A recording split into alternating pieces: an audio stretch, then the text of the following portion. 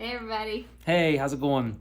So I want to give a special thanks to Pastor Rick for reaching out to Laura and I and getting the opportunity to talk to you guys and answer some questions that he posed to us over the last couple of days. And I also want to say thank you guys for your prayers. We fondly think of you often, and we know that being apart, unable to have fellowship and to partake in worship corporately right now, can strain things, it can strain relationships. And we want to encourage you to continue to reach out to one another, spend time with each other if technology allows you to, and to continue to pray for one another, and also pray for the leaders in your church and the church abroad. This obviously affects more than just us, and we want to encourage you to encourage those around you. So with that, we'll go ahead and get to our questions. So Rick asks us why we desire to obey and submit to our church leaders. Like why that is a personal desire of ours. Okay. Primarily, if we think about it, God has ordained the economy that's in the church, in which church officers occupy positions that makes the church operate the best. And if our desire is to glorify God and to enjoy Him forever, then our desire should be for the under shepherds whom He's appointed in His church to also to obey them and to submit to their leadership.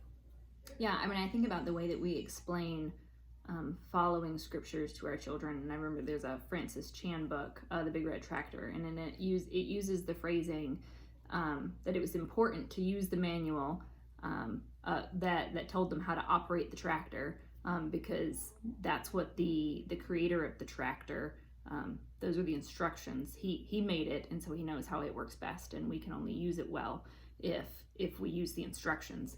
And we personally are very similar. The for lack of better terms, do's and don'ts in scriptures are designed to give us a life full of blessings and peace with our Creator. He made us. He knows how we work best. So following His instructions is the most logical thing to do.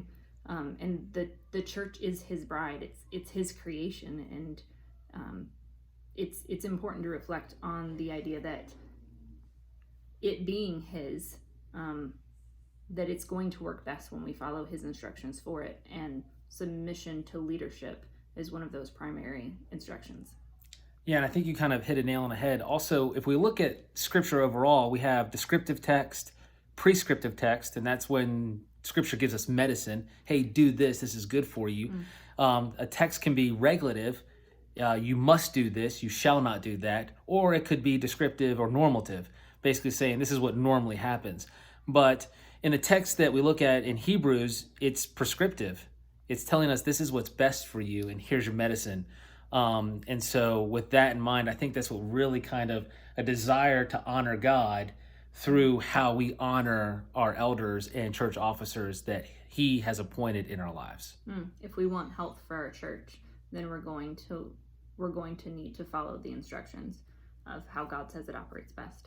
Yeah, absolutely. On to question 2.